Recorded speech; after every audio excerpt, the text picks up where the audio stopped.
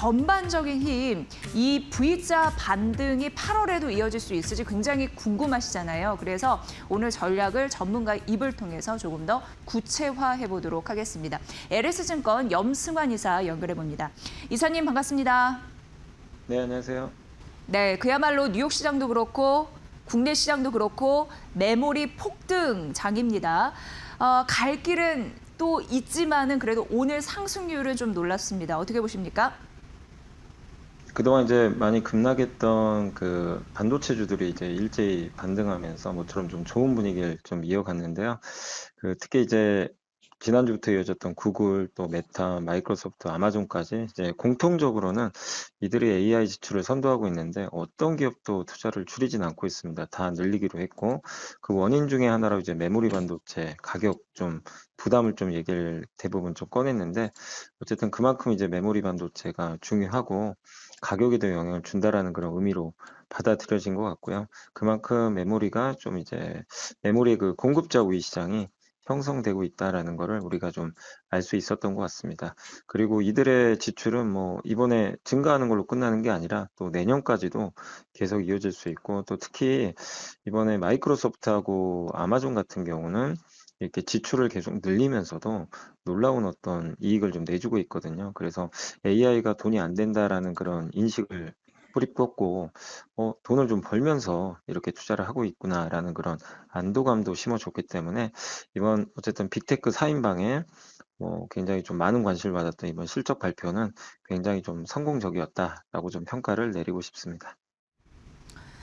네, 사실 뭐 걱정이 많았던 게 사실입니다. 7월 한 달 그 급락폭만 보더라도 당시에 IMF 때나 글로벌 금융 위기에 버금나는 급락폭이다라고 해서 걱정을 했는데 오늘 하루만 그 상승률을 보더라도 평균치를 조금은 높여놓은 그런 상황인데요. 그렇다면 오늘이 7월 마지막 거래일입니다. 이제 다음 주부터 8월이 시작이 되는데 8월은 진정성 있는 혹은 의미 있는 반등장, 특히 이제 V자 반등장이 나올 수 있는지 그 여력을 좀 판단 부탁드릴게요. 사실 이번 하락은 뭐 누구도 좀 납득하기 어려운 하락이었죠. 뭔가 좀 기업에 문제가 생기거나 경제 환경이 바뀌거나 뭐 신용 문제가 터지거나 뭐 그런 건 전혀 없었죠. 오히려 기업 이익은 더 증가하고 있는 이런 상황에서 일단 수급적인 문제가 그러니까 한마디로 너무 올랐던 데 따른 반사작용으로 이 수급이 좀 역방향으로 이제 베팅이 나오면서 아래쪽을 이제 무너뜨려 버렸고 이게 또 무너지면 뭐 여러 군데에서 손절 물량, 청산 물량이 쏟아지게 돼 있거든요. 구조상. 그런 것들이 더 증폭기가 돼서 우리나라 코스피를 뭐 정말 역대 최초죠. 이틀 연속 서킷 브레이크를 만들 정도로 너무 이 수급 흐름이 안 좋았던 것 같습니다. 다만 이제 이런 좀 급한 매물들은 어느 정도 좀 청산이 된 것 같고요. 또 오늘도 뭐 뉴스에 나왔지만 미국의 아주 유명한 헤지펀드 하나가 또 청산됐다라는 그런 소식도 있더라고요. 거기 담겼던 기업들 중에 하나가 또 SK 하이닉스라고 하더라고요. 이제 최근에 그 하이닉스가 이렇게 무차별적으로 폭락했던 이유 중에 하나로 그런 부분도 좀 거론이 되는데 그런 이제 펀드가 좀 청산이 됐다는 건 매물 압박이 이제 끝났다는 얘기거든요. 거기다가 지금 뭐 삼성전자 어제 실적 발표도 있었지만 28년까지 공급이 부족하다라고 27년을 넘어서 이제 28년까지도 공급 부족 얘기를 꺼내 들고 있어요. 그러니까 그만큼 우리가 생각하는 것보다 반도체 업황은 길고 좋은 게 좀 오래 갈 것 같습니다. 그래서 그런 상황에서 주가는 상당히 이제 싸게 거래가 됐기 때문에 이제는 좀 위를 보면서 대응할 때가 아닌가라고 말씀을 드리겠습니다. 네, 반도체가 폭등을 하면서 증시가 폭등하는 흐름들을 나타내주고 있는데 8월 그렇다면은 의미 있는 승률을 낼 수 있는 섹터는 무엇일지 조금 더 구체화해 보도록 하겠습니다, 이사님. 사실 지금은 어떤 전략이 필요한 건 아니고요. 이제 뭐 이번에 용기 내신 분들도 있지만 사실 쉽진 않았고 사실 내려갈 때 뭐 손절하신 분도 계시고 그냥 끝까지 버티겠다고 맘먹은 분도 계실 텐데 이게 올라갈 때도 그냥 오르는 게 아니라 이게 폭락장 후에는 V자 반등이 나옵니다. 급격하게 반등을 시작을 해버리거든요. 그래서 굉장히 가파른 단기 반등이 좀 나올 수 있기 때문에 그 과정에서 또 올라간다고 쫓아가기도 쉽지 않고 그래서 저는 일단은 지금 구간에서는 되도록이면 뭐 8월도 뭐 뭐 이것저것 옮겨간다 뭐 이런 부분보다는 포트폴리오 좀 유지하시면서 가만히 좀 들고 가는 전략이 저는 좀 낫지 않나. 당분간 변동성 계속 나올 거거든요. 그리고 시장이 이제 어느 정도 오르고 나서 또 조정을 받겠죠. 그러면서 바닥을 어딘지 좀 또 확인하는 과정들이 한 번 더 나올 수는 있어요. 뭐 급격한 하락보다는 반등 후에 한 번의 조정 후에 바닥 다지고 이제 추세 전환하는 그런 모습으로 좀 전개가 될 것 같기 때문에 단기적으로 8월 아마 중순까지는 이렇게 일단은 급반등 나오면서 회복 시도를 좀 할 것 같아요. 그래서 이런 구간에서는 포지션을 좀 유지를 하시면서 들고 가시면 되겠고, 다만 이제 뭐 포트폴리오 구성 측면에선 어쨌든 AI가 주인공은 맞거든요. 그래서 AI를 좀 중심으로 좀 잡고, 그다음 우리나라에서도 좀 돈 잘 버는 기업들 많잖아요. 뭐 이번에 조선주, 전력기기, 뭐 화장품 이런 섹터들 다 실적들 나쁘지 않더라고요. 실적주 위주로 이렇게 또 나머지 절반 포트를 좀 구성하셔서 어쨌든 흔들리지 마시고 좀 잘 이렇게 저는 보유하는 그런 전략을 한 번 더 말씀드리고 싶습니다. 네, 그동안 시장을 무겁게 짓눌렀던 악재들이 하나, 둘 해소가 되고 있는 상황입니다. 급격하게 점수를 잃었던 만큼 V자 반등에 대한 가능성도 있지만 무조건 시청자분들은 투자 전략을 세울 때 실적이라는 모멘텀을 장착한 종목을 공략하는 게 유리하다라는 전략 꼭 기억해 보시길 바라겠습니다. 아침 연결해 주셔서 고맙습니다. 잘 들었습니다. 네, 감사합니다. 네, 염승환 LS증권 이사의 분석으로 오늘 시장 급등 현상과 더불어서 8월장 전략 전반적인 방향성 점검을 긴급해드렸습니다. 네, 삼성전자, SK하이닉스 20% 이상 급등세를 보여주고 있습니다. 삼성전자는 그래도 뭐 38만 원, 그리고 SK하이닉스가 장중 고점이 최고점이 300만 원이었기 때문에 그를 좀 비교해봤을 때, 왜냐면 SK하이닉스는 현재 한 160만 원인데 이게 300만 원까지 가야 되는 거고, 삼성전자는 현재 한 24에서 25만 원인데 이게 고점은 38만 원이었으니까 갈 길은 좀 있죠. 그럼에도 불구하고 어쨌든 시장에서는 삼성전자, SK하이닉스 그동안 목표주가 하향한 그런 증권사도 있었고요. 오늘 이렇게 다시금 삼성전자 규칙이 바뀌어졌다라고 하면서 목표 주가를 상향한 그런 또 증권사도 나와서 지금 엇갈리고 있는 상황입니다. 이 분위기를 잘 타서 직전 고점을 과연 넘을 수 있는 연말 하반기가 될 수 있을지 굉장히 궁금해지고 있는 그런 모습이고요. 한국투자증권이 거의 뭐 목표 주가 최상단이라고 볼 수 있는데 삼성전자 레벨업 다시 한번 했고 65만 원 선까지 올렸습니다. 그러니까 기존 대비해서 무려 이런 상황 속에서도 10% 올린 거죠. 이유는 실적 추정치를 올려잡았기 때문인데 영업이익 부분에서 올해 3%, 내년 7% 정도 올렸습니다. 여기서 보면은 단기적으로 수익성을 치부할 것이 아니라 장기적으로 공급이 얼마나 안정적인지 LTA, 장기 공급 계약에 대해서 조금 더 뚜렷한 청사진이 나오면 좋겠죠. 아직까지는 이렇다 할 만한 것은 아니지만 그래도 긍정적인 시그널은 어느 정도 내비쳤습니다. 왜냐하면 세계적으로 우수한 하이퍼스케일러 5곳과 계약을 맺었다라는 소식도 있었고 기본 장기 계약 LTA 같은 경우에는 5년이 기본이다라는 뭐 이슈도 있었고 D램 낸드 캐파 같은 경우에는 60에서 70% 유지된다라는 흐름들도 언급이 됐으니까요. 그러니까 고객사 파트너십 강화로 인해서 이제 실적 변동성이 점차적으로 봤을 때 줄어들 가능성이 있다. 이것은 삼성전자나 SK하이닉스의 호재이기 때문에 긍정적인 패턴이 만들어지고 있다라고 보여지는 겁니다. 수주가 일단 장기 계약을 맺으면 일단 고간이 채워지는 것을 확인하기 때문에 큰 변동성이 좀 줄어드는 거잖아요. 그렇기 때문에 막강한 수주를 기반으로 매출은 앞으로도 더 뛸 가능성이 있는 상황이고요. 또 내년에 가격이 무엇보다도 중요합니다. 왜냐하면 하나를 잘 팔아서 수익을 더 크게 낼 수 있는 가능성이 가격에 있기 때문이죠. 그래서 내년 HBM 가격은 조금 더 뛸 가능성을 한국투자증권에서는 긍정적으로 바라봤습니다. 그런데 실적이 전반적으로 좋아진다면 실적 안정성 때문에 현금 주머니가 두둑해지는 거거든요. 이 두둑해진 현금 주머니를 주주들에게 나눠줄 수 있습니다. 그게 바로 배당 여력입니다. 특히 이제 주주 환원 정책인데 이게 잉여 현금 흐름의 50%를 주주에게 드릴게요. 이런 부분도 확인을 한 그런 흐름이거든요. 그래서 재확인을 한 흐름이거든요. 그래서 이것도 긍정적으로 바라봤습니다. 결국 실적이 견조하고 현금 창출력이 괜찮고 주주 환원에 대한 의지도 확인해서 이 3박자는 고루 맞았는데 최근 주가가 많이 떨어졌다. 극심한 저평가다라고 얘기하면서 오늘 주가가 20% 넘게 오른 흐름도 이런 흐름에 있었겠죠. 극심한 저평가. 그걸 타고 올라가고 있는 와중에 이제 규칙이 바뀌었다면서 조금 더 자신 있게 공격적으로 목표 주가를 상향한 한국투자증권의 리포트가 의미가 있어서 여러분께 좀 소개를 해드렸습니다. 앞으로도 목표 주가 하향이나 상향 소식은 발빠르게 좀 전해드릴 것을 약속드리고요. 골드만삭스에서도 올렸습니다. 크게 올린 건 아니지만 그래도 올렸다라는 점을 좀 착안해봤고요. 주가가 많이 떨어졌습니다. 오늘 제외하고 한 달 새 40% 이상 급락을 했었는데 여기 골드만삭스에서도 삼성전자를 바라보면서 펀더멘털이 전혀 훼손되지 않았다라는 것을 얘기를 했고요. 그러한 이유를 5가지로 얘기를 했습니다. 앞서서 약간 겹치는 부분은 있을지 몰라도 좀 간결하게 정리를 했고요. AI 서버 수요가 강한데 재고가 2주에서 3주치로 봤을 때 최저치를 기록을 하고 있는 상황이고 서버 DRAM 비중 같은 경우는 사상 최고치를 기록을 하고 있다고 합니다. 지금 에이전틱 AI 시대이잖아요. 그렇기 때문에 타이트한 수급 이런 부분이 공급 같은 경우는 28년 동안 굉장히 줄 것이다. 그러면서 수요가 막강하게 붙을 거니까 어쨌든 갑 중에 갑의 역할은 지속될 것이다라는 게 이게 공통된 증권사의 의견이기는 합니다. 28년까지 지속이 될 것이다라는 가능성 언급이 됐고요.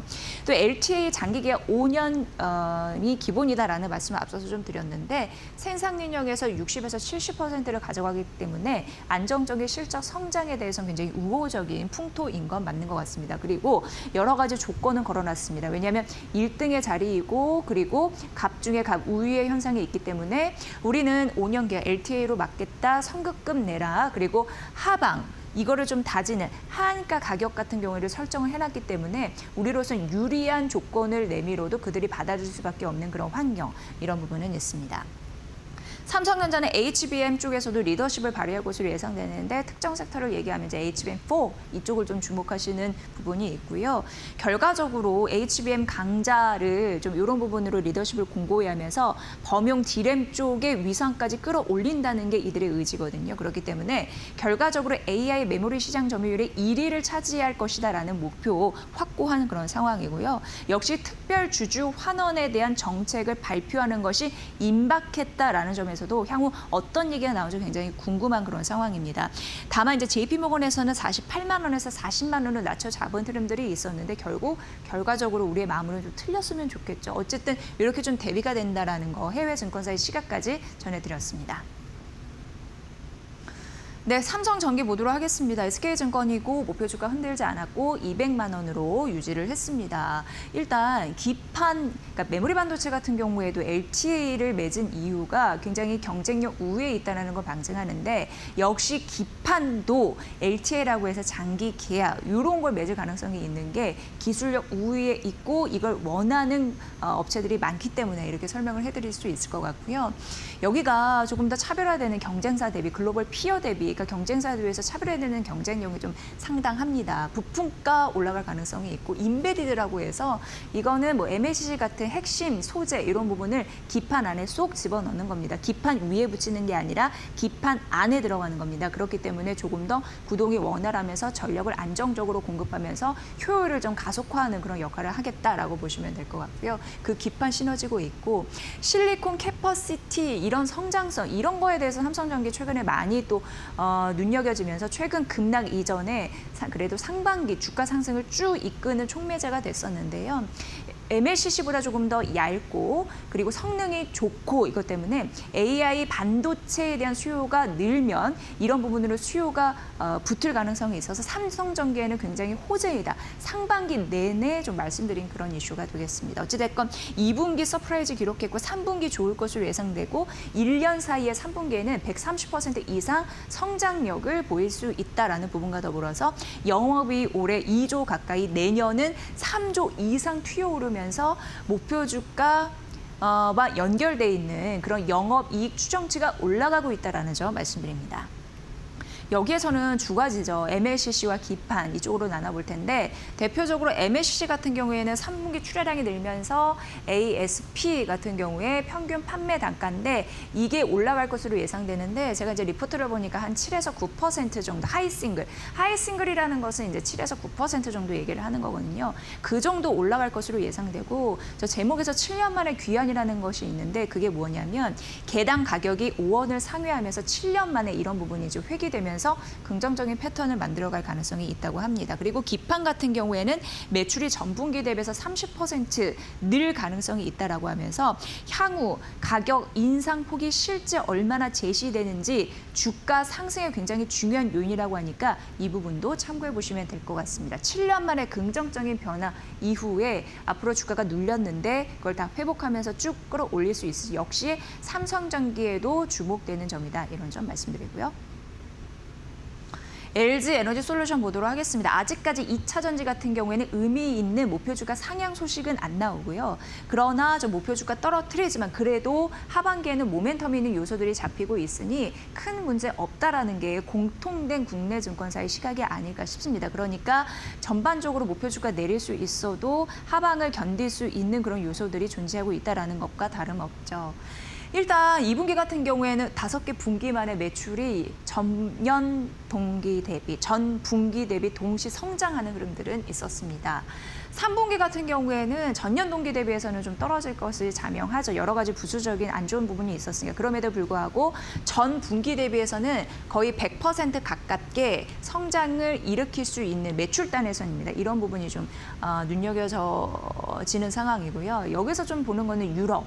항상 전기차는 굉장히 긍정적으로 바라보는 게 이제 유럽 쪽이잖아요. 근데 유럽 공장 가동률이 60%를 회복했다라는 부분이 있고 GM 합작 공장 이런 부분이 이제 재가동되면서 이쪽에서도 좀 확보될 수 있는 여력이 있습니다. 그래서 중대형 전기차 마진 같은 경우에는 개선될 가능성이 있다라는 언급과 더불어서 북미 ESS 출하량이 전분기 대비해서 50%늘 거고 세액 공제 같은 경우에도 큰 폭으로 증가할 가능성을 긍정적으로 바라봤습니다.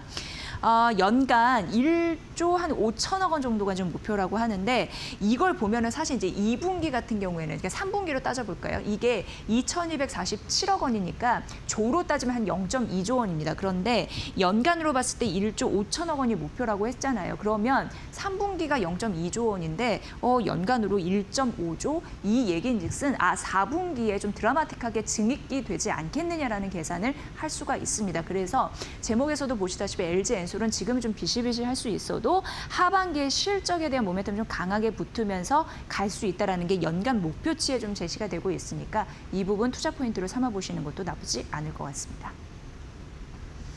네, 그리고 이제 JP모건에서 LG 에너지 솔루션을 분석을 해서 잠깐 참고로 좀 말씀드리면 여기에서는 43만 원에서 40만 원으로 목표 주가를 소폭 좀 낮춰 잡았습니다.